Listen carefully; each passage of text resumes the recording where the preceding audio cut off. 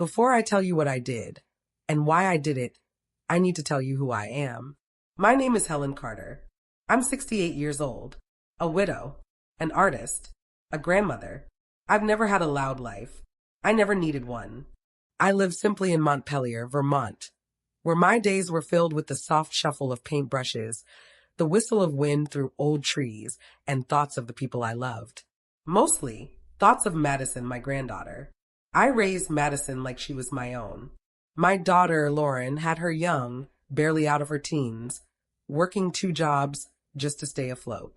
So from the time Madison was in diapers, I was the one braiding her hair, packing her school lunches, chasing her through the backyard with Max, our golden retriever.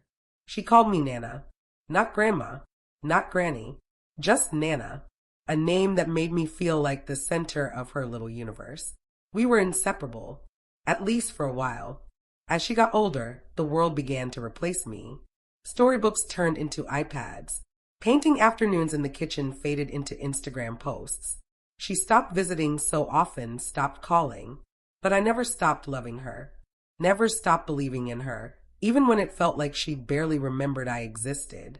For 12 years, I did something she never knew.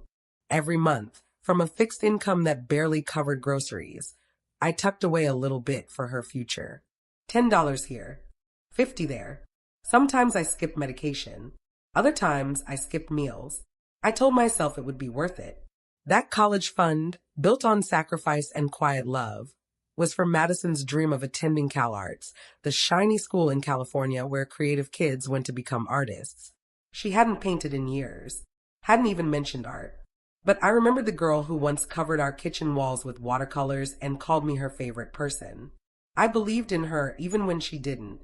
For her 18th birthday, I wanted to give her something more than money, something that spoke from the heart.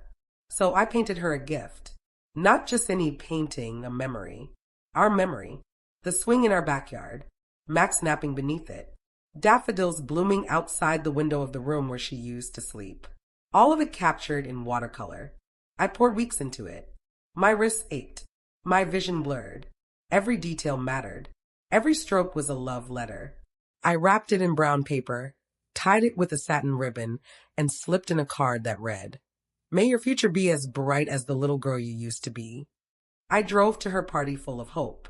I imagined her eyes lighting up when she unwrapped it. I imagined a tear, a hug, maybe even the word beautiful. I imagined wrong. The party was nothing like the birthdays I used to throw, the ones with streamers taped to the ceiling and cakes baked from scratch. This was a catered event under a white tent, complete with linen tablecloths and a DJ. Everything was glossy, expensive, loud, and I was invisible. No one noticed me when I arrived, not even Lauren. When she finally saw me, she offered a tight smile and said, "Oh, you made it," like I was a distant aunt, not the woman who raised her child. I stood there, holding the painting like it was something fragile, something sacred. She told me to just place it with the others, but I couldn't. I needed to give it to Madison myself. I had to see her open it. I needed her to remember. When Madison finally got to the gifts, a crowd gathered. Phones came out. She tore through designer bags, envelopes of cash, a new pair of AirPods. Then she reached mine. She paused. The wrapping stood out, humble and plain in a sea of glossy paper and gold bows. "Oh, this one's from my Nana," she said, her voice flat like it was a joke. She unwrapped it, held up the painting. Silence. Then came the laugh. "Are you serious?" she said, raising her eyebrows. "A painting? That's it?" Must have been cheaper than buying a real gift. Someone snickered. Vintage vibes, I guess. She set the painting down, propped against the table leg like it was nothing. Just a decoration. Forgotten. Lauren said nothing. Nobody did. I stood there, frozen. My hands empty. My heart too. No one saw my face. That's the thing about being invisible. You can cry and nobody notices. I turned and walked out, each step dragging behind me the weight of 1,000 quiet sacrifices. The scraped knees I kissed better. The school plays I clapped for alone. The nights I stayed up praying for just enough money to cover ballet shoes. Or paint sets. I sat in my car. I didn't cry loud. I didn't scream. I just stared at my hands resting on the steering wheel. A tear fell onto my wedding band, and then something inside me shifted. That painting was the most honest, heartfelt thing I had to give, and she called it cheap. Not just the painting. She made my love cheap. My sacrifice disposable. I drove home in silence. Didn't turn on the lights. Didn't even take off my shoes. I walked into the kitchen, set my purse on the counter, and just stood there, listening to the nothing. The kind of quiet that wraps around you like an old coat. In that silence, I made a decision. She'd taken my gift and laughed. But she didn't know. She had already been holding the real gift her whole life. The college fund. The one I built from nothing. And she was about to lose it. Because for the first time in my life, I was going to choose me. Not Lauren. Not Madison. Me. And that was just the beginning. The road home that night felt longer than usual. The headlights of my car cut through the darkness, but I barely saw anything. My hands gripped the wheel out of habit, but my mind was somewhere else entirely, back at that white tent, at that table stacked with designer bags and cold indifference. Back at the moment my granddaughter held my painting in her hands, laughed, and tossed it aside like trash. She had no idea what that painting cost me. Not in money, though I had very little of that, but in love, in time, in memory. She had no idea how many nights I sat up in my quiet house, sketching the layout, picking just the right shade of blue for the swing shadow, or how I cried a little the night I painted Max, our old dog, because I missed him so much it still hurt. She didn't see any of it. She didn't want to. By the time I pulled into my driveway, I felt hollow, like someone had scooped out the last good part of me and left the shell to find its way home. I didn't turn on the porch light. I didn't take off my shoes. I walked straight into the kitchen, turned the faucet, and let cold water fill my favorite chip mug, the one Madison once decorated with stickers when she was 5. I sat down at the table, the same table where we used to paint together, eat mac and cheese on rainy afternoons, giggle over nothing at all. I stared at the empty chair across from me, and then I looked at the drawer in the hallway, the drawer with the folder labeled Madison College Fund. 12 years of careful saving. 12 years of just a little less for me. Every deposit documented, every receipt filed. The folder was thick. My hands trembled a little as I pulled it out and placed it on the table. I stared at it like it was a stranger, and then I opened it. The numbers stared back at me. Real. Tangible. Mine. I turned on my old desktop computer, the one I hardly used anymore, and logged into the bank portal. The password was still the same. I created it the day Madison turned 6. May she shine 06. The account opened with a soft chime. Balance, $94,573.17. I stared at that number like it might vanish if I blinked too fast. That money had taken 12 years. 12 years of watching every dollar, cutting coupons, ignoring sales, patching old coats instead of buying new ones. I remember the day I skipped my blood pressure refill because I wanted to surprise Madison with a new set of paints. The canvas she never opened. My finger hovered over the screen. I opened my checking account on the next tab. Balance, $213.48. And then I made a decision. I clicked transfer funds. Not to the college. Not to Lauren. Not to Madison. To me. My account. I watched the screen load, a little bar inching across as if the computer itself was asking me if I was sure.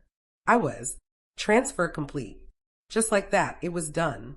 I closed the folder, turned off the computer, and I sat there, alone, but not powerless. Not anymore. It wasn't revenge. It wasn't about punishment. It was something much quieter. A shift. A reclaiming. I had given everything I had to everyone else for so long. I forgot what it felt like to do something just for me. For Helen. Not Nana. Not Mom. Not the woman who always made the sacrifices in silence. Just me. I made a cup of tea. Honey. No sugar. Just the way I like it. I sat by the window and watched the porch light flicker on as the motion sensor caught a breeze. My reflection in the glass looked unfamiliar. Older, maybe. Sadder. But steadier. That night I didn't cry. Not because I wasn't hurt, but because the tears had already done their job. They had carved out all the illusions I had left. The next morning, I woke up wondering if I had dreamed it. The silence of the house was the same. The mug from the night before still sat by the sink. I walked over to the computer, logged back in. The transfer had gone through. The money was sitting in my account. My name, not hers. And for the first time in years, I didn't feel anxious about money. I didn't think about what I couldn't afford, or whether I could fix the leaky faucet myself. I thought about paint, real paint, not the discounted student tubes I always settled for. I thought about canvas, about color, about maybe booking a weekend trip to a gallery in Maine I'd always dreamed of visiting, but never justified. And then my phone buzzed. A message from Madison. Hi, Nana. Can I stop by today? Miss you. Miss me? She hadn't called me Nana in months. I stared at the message for a long time, and I didn't answer. Not right away. I sat down at the kitchen table where the folders still lay closed. I looked around at the house I had filled with love, with effort, with pieces of myself. She had mocked the painting, but she didn't know. The real masterpiece was the woman who painted it, and she was just getting started. It was early afternoon when I heard the knock. Not the hurried kind, not angry or anxious, just two gentle taps against the old wooden door. I already knew who it was. Madison. I had ignored her text that morning, not because I was trying to punish her, but because I didn't trust my voice. I didn't know what I'd say if I picked up the phone. The truth was still too fresh, too raw. But now here she was, standing on my front porch with that same wide smile she used to flash when she was 7 and wanted a second cookie. I opened the door slowly. She looked different. Her hair was pulled back in a loose ponytail. No heavy makeup. No loud accessories. Just a plain hoodie, jeans, and a tray of cookies in hand, the kind from the bakery downtown that I always admired but never bought. Nana, she said, her voice soft, her eyes wide. I was just thinking about you. The way she said, Nana, made something shift in my chest. Like a key in a lock I thought had rusted shut. I stepped aside and let her in. She walked in like she used to when she was little, like she still belonged here. She set the cookies on the counter, peeked into the living room like she was checking if the furniture had changed. Then she turned to me. I wanted to say I'm sorry. For the party. For what I said about the painting. I didn't say anything. Not yet. I just watched her trying to read her face. Was it real? Was she here for me or for the money? She sat at the kitchen table, folded her hands, then glanced up. I was overwhelmed. I didn't mean to hurt your feelings. I was nervous and trying to act cool in front of my friends. I didn't think. That much was true. She didn't think. But that didn't make it easier to forgive. Still, I sat across from her, hands resting gently on the table. She took a deep breath. I've been thinking a lot about us, about how close we used to be. I miss that. I miss you. Her voice cracked on the last word, and for a second I saw her again. Not the girl in heels and fake lashes. The girl in mismatched socks who used to crawl into my bed during thunderstorms. I know the college fund is complicated now, she added quickly, eyes darting down. But I'm not here for that. I want us to be close again. There it was, the elephant in the room. She wasn't asking outright, not yet, but she was planting the seed. I could feel it, even beneath the apology. Still, I nodded. Slowly. I'm glad you're here. We sat in silence for a moment. Not awkward, but not easy either. Then she smiled, that big childhood smile, and asked, "Do you have any tea?" I rose without a word and filled the kettle. My hands moved automatically. Muscle memory from 100 rainy afternoons spent just like this. She started talking, filling the quiet with stories.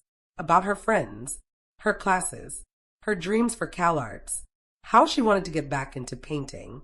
I was thinking, she said, maybe I could come over some weekends? Maybe we could paint together again. Something inside me warmed against my will. We had dinner. Nothing fancy. Leftover stew. She helped wash the dishes and asked about my latest painting. She even brought up the swing, Max, the daffodils, all the memories she had laughed at days ago. I wanted to believe her. God, I did. I missed her. After she left, I sat back at the kitchen table, staring at the cookies she'd left behind. Then, for reasons I still can't explain, I pulled out the folder again. I didn't transfer the money back, but I thought about it, harder than I wanted to admit. I told myself maybe she had grown. Maybe the party was a mistake. Maybe she really did miss me. People say stupid things when they're young, right? Haven't we all? But even as those thoughts softened me, another part of me stayed quiet, watching, waiting. A part that remembered how she laughed, how she held the painting like garbage, how no one in that tent stood up for me. That night, I didn't sleep well. I kept hearing her voice in my head. I'm not here for the money, Nana. I swear. But that sentence, the way it was phrased, kept echoing like an off note in a song. She wasn't here for the money. Then why say it at all? And yet, I wanted to believe her. Because when you've loved someone their whole life, it's hard to imagine they could love you less than you love them. Sometimes we'd rather believe a lie that feels like love than accept a truth that leaves us alone. It was an ordinary Tuesday afternoon.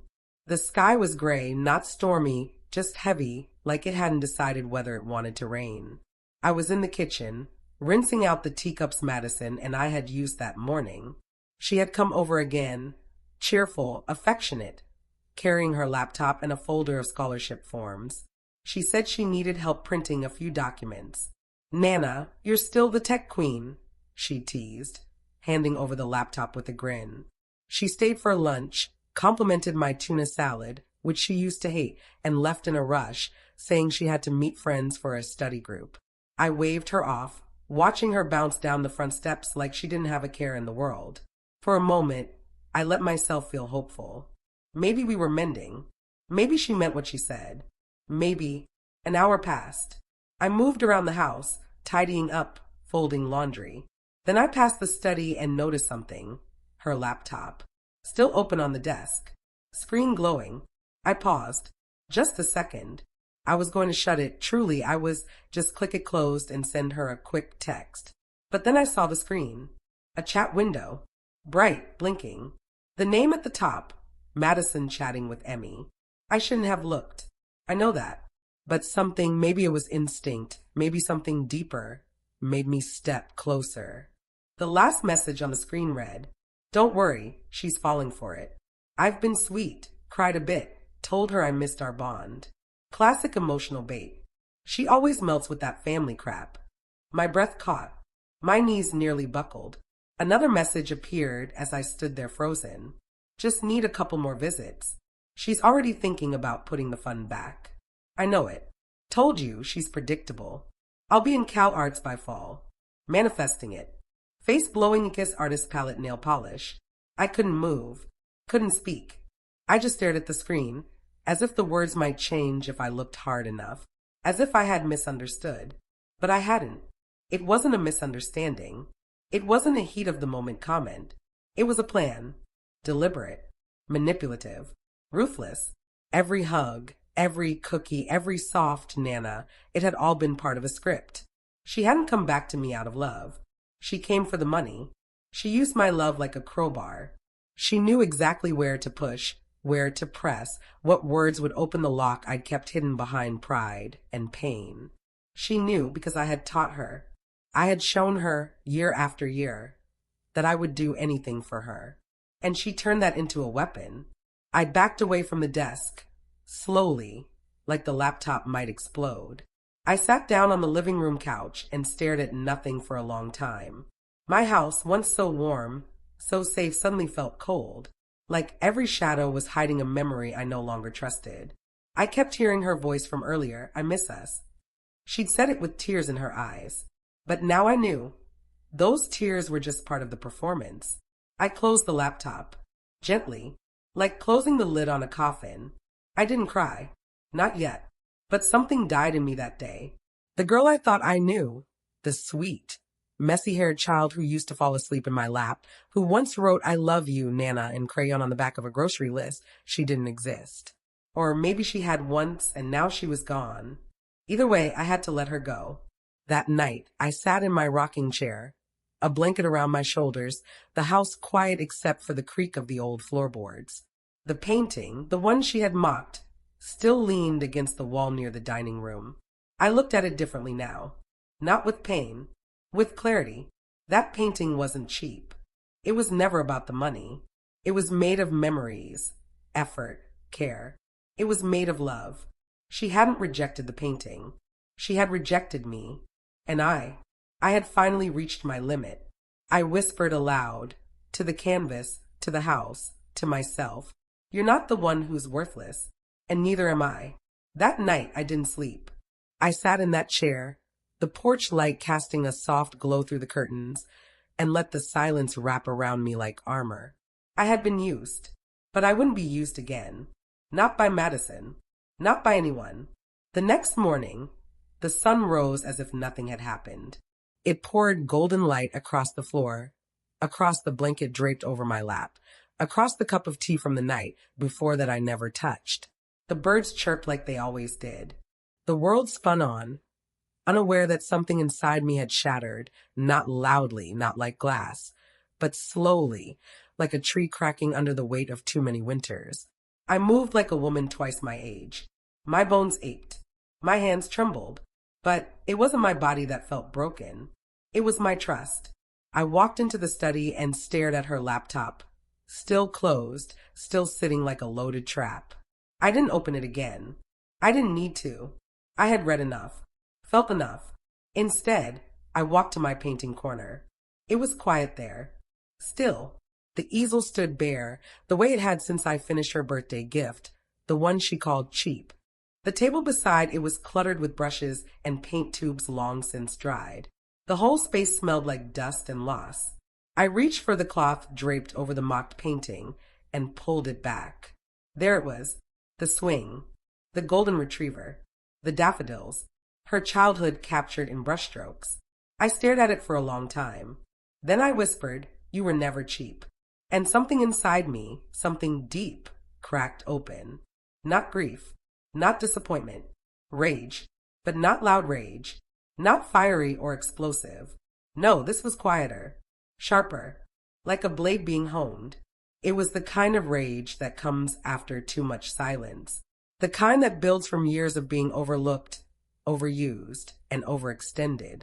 The kind that whispers, "No more." I had melted too many times.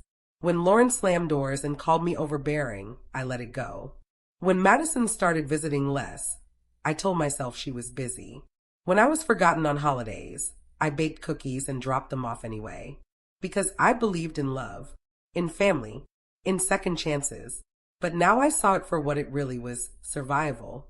I had spent a lifetime carving pieces of myself away, so no one would leave. And what did that earn me? Manipulation. Betrayal. A granddaughter who used my love as currency. That morning, I walked to the hallway, opened the drawer, and pulled out the folder again. The college fund. The one she didn't deserve. I didn't need the money. Not really. I had gotten by for decades without it. But I needed something else now. A reason to choose myself. I sat at the desk, opened my computer, and stared at the bank screen again. The balance sat quietly in my account, waiting for me to decide what it meant. And then I remembered something. The old camera in the bookshelf. I hadn't touched it in years. I dusted it off, adjusted the settings by memory, and aimed it at the painting. I took a photo. Not for Madison. For me. Then I turned on the computer, opened the browser, and typed into the search bar, "Online art communities for older women." I clicked on a small, unassuming site. A quiet corner of the internet where women posted their art, shared stories, gave gentle feedback. It was nothing fancy, no influencers, no followers, no spotlight. But it felt safe. I uploaded the photo of my painting. In the caption box, I typed, "This painting was called cheap by someone I love, but it was painted with everything I had left. Every brushstroke is a memory. Every color, a piece of my heart. Maybe it's not enough for some people, but it was everything to me." And I hit post. I didn't expect anything. Not really. Maybe a kind comment, a little sympathy. But this wasn't about attention. It was about finally telling the truth. Not with whispers, not with tears, with paint and pixels and honesty. I made tea, the good kind, with honey, And for the first time in a very long time, I sat in my kitchen and didn't feel invisible. I felt awake. I didn't expect much. Just a few kind words, maybe. A gentle heart out there in the void to say, I see you. But what I got was a tidal wave. When I woke up the next morning, sunlight poured across the floor just like it always did. My joints still ached. The tea on my nightstand had gone cold, and the world looked exactly the same. But something was different. The computer screen was glowing. I shuffled over, not even bothering to put on my slippers. I blinked at the page. Notifications.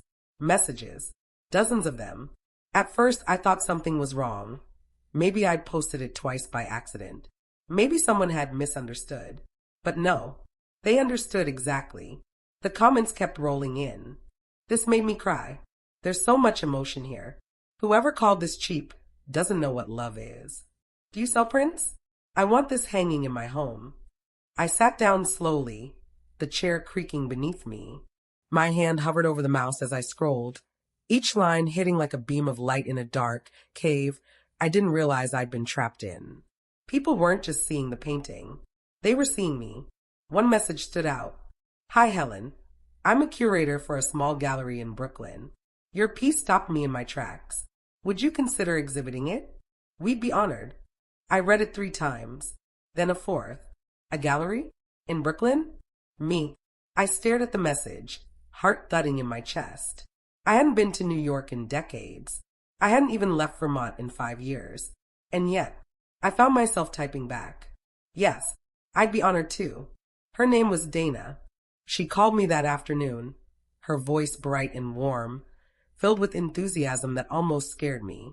She said the painting moved her, that it told a story people needed to hear. She asked what the title was. I paused, looked across the room at the canvas still leaning near the dining table. Then I said, call it The Rejected Gift. Dana was quiet for a moment. Then she whispered, perfect. By that evening, the messages had doubled, then tripled. Women from all over the world reached out. Mothers, grandmothers, daughters. They told me about gifts they had given and never seen appreciated. About sacrifices they made without ever hearing, thank you. About the pain of being replaced, erased, pushed aside by the very people they raised. And yet, each message carried something more. Pride, resilience, power. They saw me. And through them, I started to see myself again. Not just a grandmother in a quiet house.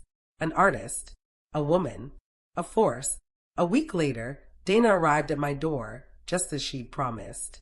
She flew in from Brooklyn herself to pick up the painting. She wore a bright red scarf and a pair of earrings shaped like paintbrushes. When I unwrapped the canvas and handed it to her, she held it like something sacred. You have no idea how many people need to see this, she said. It's not just art. It's truth. She asked if I had other work. I didn't, but I would. The next day, I found myself standing in the art supply aisle at the local store, a basket in hand. I picked up real brushes, not the cheap kind. Paints and shades I never let myself buy. A thick pad of canvas paper. I didn't look at the prices. I didn't feel guilty. I felt free. Back home, I cleared my painting corner. I opened the windows. I poured myself a glass of lemonade and stood in front of a blank canvas. And I painted. Not for Madison. Not for Lauren. Not for money or likes or sympathy. For me, the woman who had been called cheap, dramatic, overbearing, too emotional, too soft. She was still here. But now she was sharper, brighter, louder in all the best ways. I painted until my wrists hurt and the sun dipped low behind the hills. Then I sat back, wiped my hands on my apron and smiled. For the first time in years, I wasn't waiting for anyone to see me. I had seen myself, and I would never be invisible again. 2 weeks later, I stood in a sunlit gallery in Brooklyn. Me, Helen Carter, widow, grandmother, the woman who once cried silently in her car after being humiliated at her granddaughter's birthday party, now standing in a room full of strangers staring at my painting. The rejected gift hung on a pristine white wall, framed in a way that made it look powerful. Not because of fancy technique or expensive supplies, but because of the story it carried. My story. Every inch of that canvas had been touched by my hands, shaped by my memories, and painted with the love no one else seemed to want. There were murmurs in the room, people pausing longer than I ever imagined they would. Some tilted their heads thoughtfully, some blinked back tears. Others stood in front of it silently, as if they were in church. Dana, the curator, slipped beside me with a glass of water. We had over 300 people at the opening, she whispered. It's the most attention we've had all season. I blinked. You're joking. She smiled. Not even a little.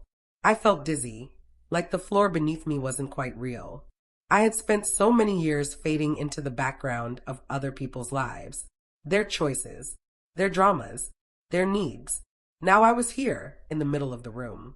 Not invisible. The center. Dana led me to her small office in the back of the gallery. The walls were covered with sketches, sticky notes, schedules. It smelled like paper and ink and old ambition. On the desk sat a printed email. A private collector in Manhattan wanted to buy the rejected gift. $20,000. I stared at the number. It didn't feel real. Dana watched me carefully. You don't have to sell it, she said gently. But if you do, this could fund anything. A new studio, supplies, travel, or nothing at all. You've got something rare. Helen, voice and heart. That kind of honesty is priceless. My lips trembled. All my life, I had been told my softness was weakness, that my emotions made me fragile. That sacrifice was my only value. But here, in this space, my story was power. My truth had worth. I nodded. Tell him yes. We sealed the deal that day. Dana took a photo of me in front of the painting before it was packed. Smile like you mean it, she said. And I did. For the first time in years. I meant it. Back in Vermont, life was still quiet but not the same. I walked with more purpose. I dressed with more care, not for anyone else, but because I felt worthy of looking nice. I painted nearly every day. Sometimes I shared the pieces online. Sometimes I didn't. The responses kept coming. Women sent me photos of their own rejected gifts, handmade quilts that were never used, letters never read, meals never thanked. They told me their stories. They told me I gave them courage to speak. One woman wrote, "You reminded me that being overlooked doesn't mean being worthless. Thank you for being brave first." And then one afternoon my phone rang. Lauren, my daughter. We hadn't spoken since the birthday party. She didn't say much. Just, I saw your paintings getting attention. No apology.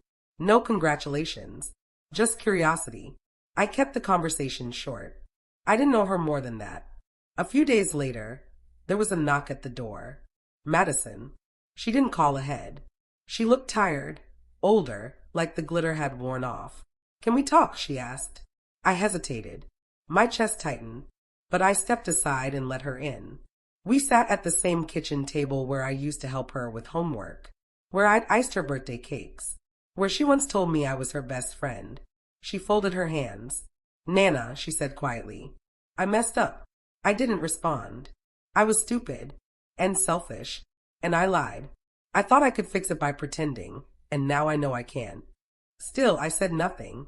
She looked down at her hands, now bare of rings or polish.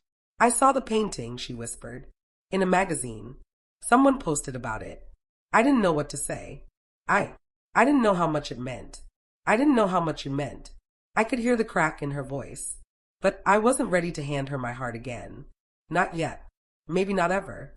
"I'm not here to ask for money," she added quickly. "I swear. I needed to say sorry, even if you don't believe me." I looked at her, the girl who had once been my world, the woman who had once called me cheap, and I saw both of them at once. "I believe," I said softly, "that people can change, but I also believe in proof." She nodded, tears spilling over now. "I understand." And she did. She left quietly, the way broken things do. That night, I sat at my desk and opened a blank canvas, and I began to paint. Not the past, not the pain, but the power of becoming someone new. Someone who finally understood her worth and would never hand it over again for free. They say pain writes the best stories, but I don't think that's quite right. Pain may begin the story, but it's what you do with it How you rise from it, that truly fills the pages. And as I stood in front of my new canvas that night, brush in hand, that's what I felt. Not sorrow, not revenge, but authorship. I wasn't just the subject anymore. I was the storyteller. My life, all the quiet giving, the unthanked dinners, the lonely birthdays, the years spent being good and convenient, was no longer just something that happened to me. It was mine to shape, mine to speak. And speak I did. Dana had asked if I'd consider being interviewed for a feature story, an online platform with a huge following. At first, I hesitated.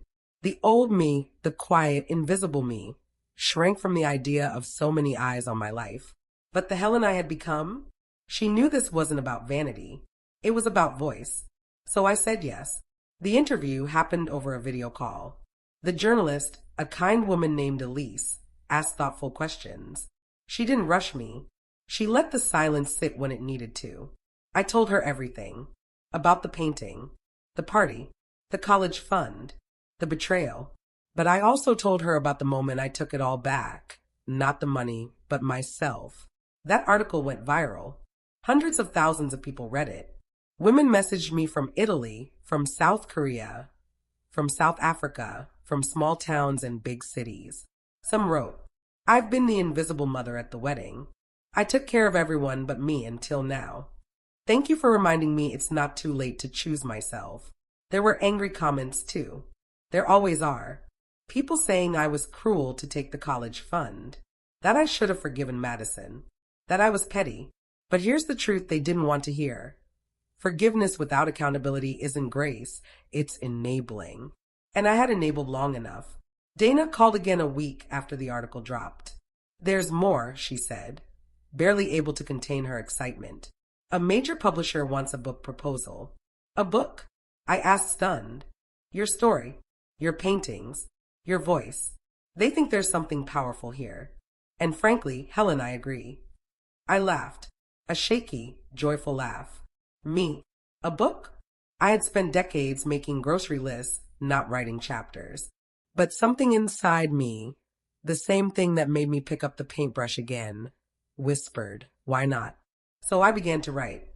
Late at night, early in the morning, between tea and brushstrokes, I wrote about my life. Not just the betrayal, but the small joys, the early love, the years of unnoticed effort.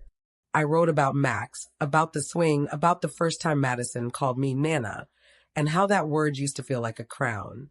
I wrote for every woman who had ever been laughed at in the shadows of her own love. And in writing it, I found something I never expected.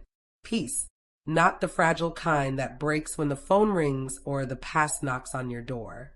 The kind that comes when you finally realize you're enough. You were always enough. I painted too, more than ever before. My dining room was a mess of canvases, the floor stained with color, my heart wide open. And for the first time in my life, people were buying them. Not out of pity, out of admiration, out of connection. They saw something of themselves in my brushstrokes, in the lonely swing, the empty chair, the quiet kitchen where a woman finally said, enough. Art had always been my language, but now it was my amplifier. Through it, I told every forgotten mother, every overlooked grandmother, every woman who gave too much and got so little. You are not invisible. You are not cheap. You are not wrong for wanting to be seen. The gallery extended the exhibition. Other curators reached out. A podcast host wanted me to speak. An art school asked if I'd come teach a weekend workshop for older women rediscovering creativity. Each time I said yes, not because I needed the recognition, but because I needed to live in my truth. And that truth, once hidden beneath layers of silence and shame, had become something bright, unshakable, and loud in the best possible way. I was telling my story, and for the first time, the world was listening. Brooklyn faded behind me as the train rolled back into Vermont. Outside the window, the landscape was all pine trees and quiet hills, familiar and steady, the way I remembered it. But inside me, everything had shifted. I wasn't the same woman who had left weeks ago, clutching a canvas and wondering if her voice mattered. I came back with nothing more than a carry-on bag and a changed spirit. No applause, no fanfare, Just peace.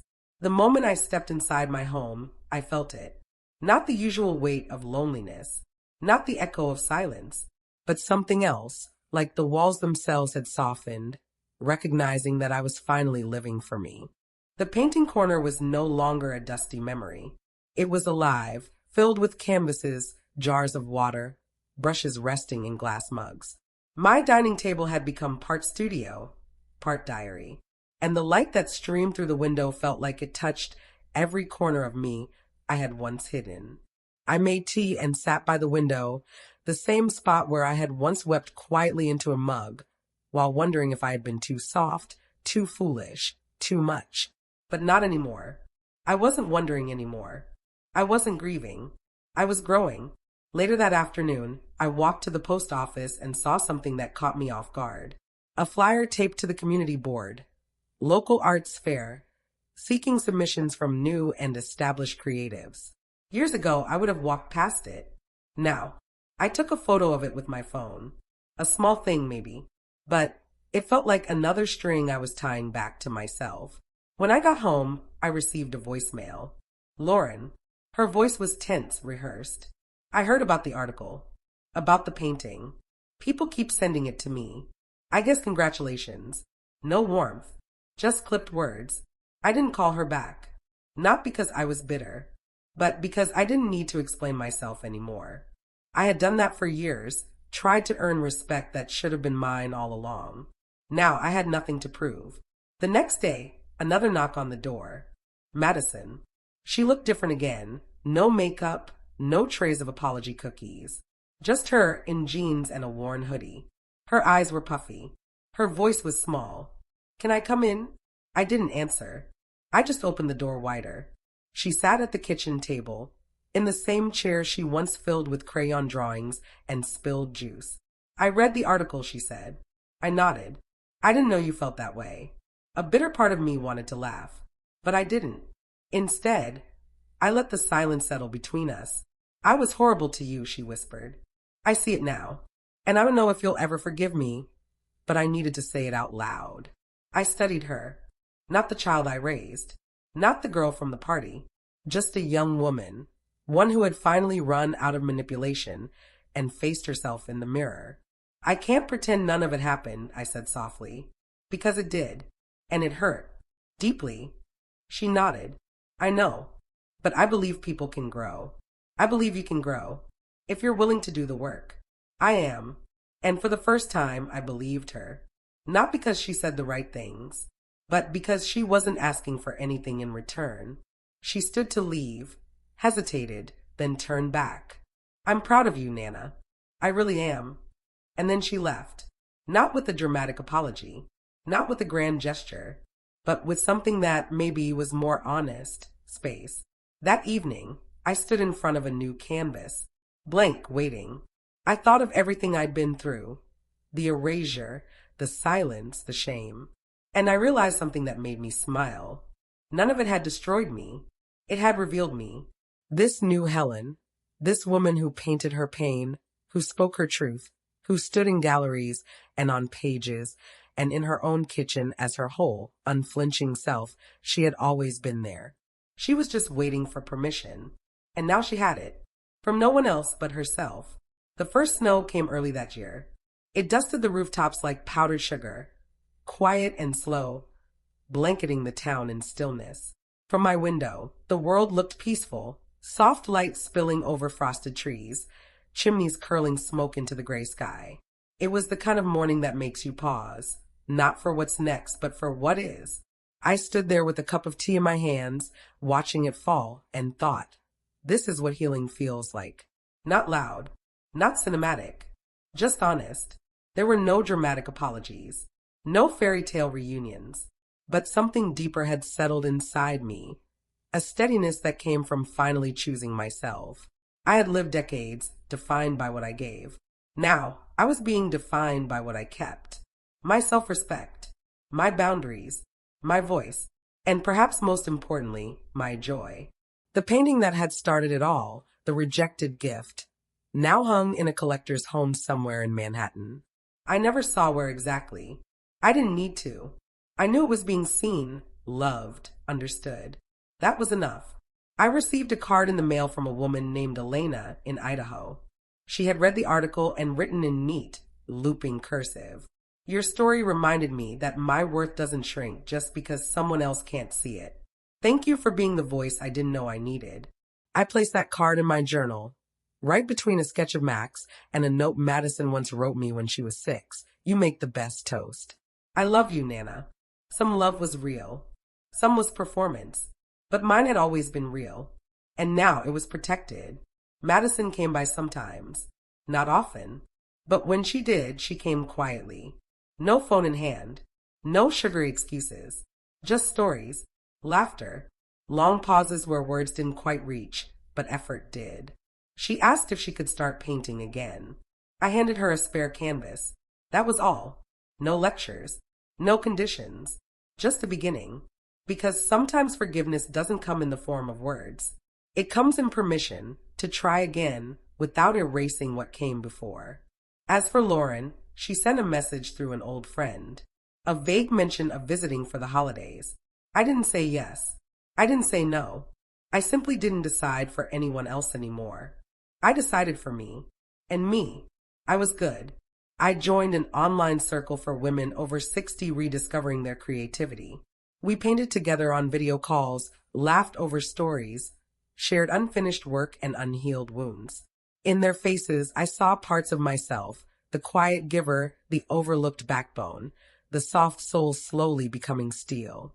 We weren't bitter. We were becoming. I even held my own workshop in town. Just a small one. 10 women. Tea and canvases. We called it the Second Bloom. Because that's what this was. Not revenge. Not triumph. Renewal.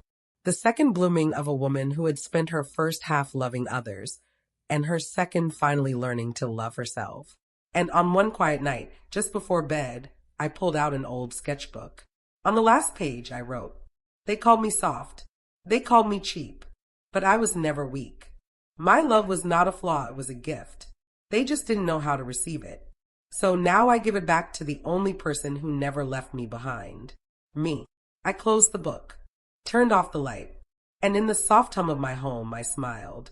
I was no longer just someone's grandmother. I was Helen Carter, painter, storyteller, survivor, and I had come full circle.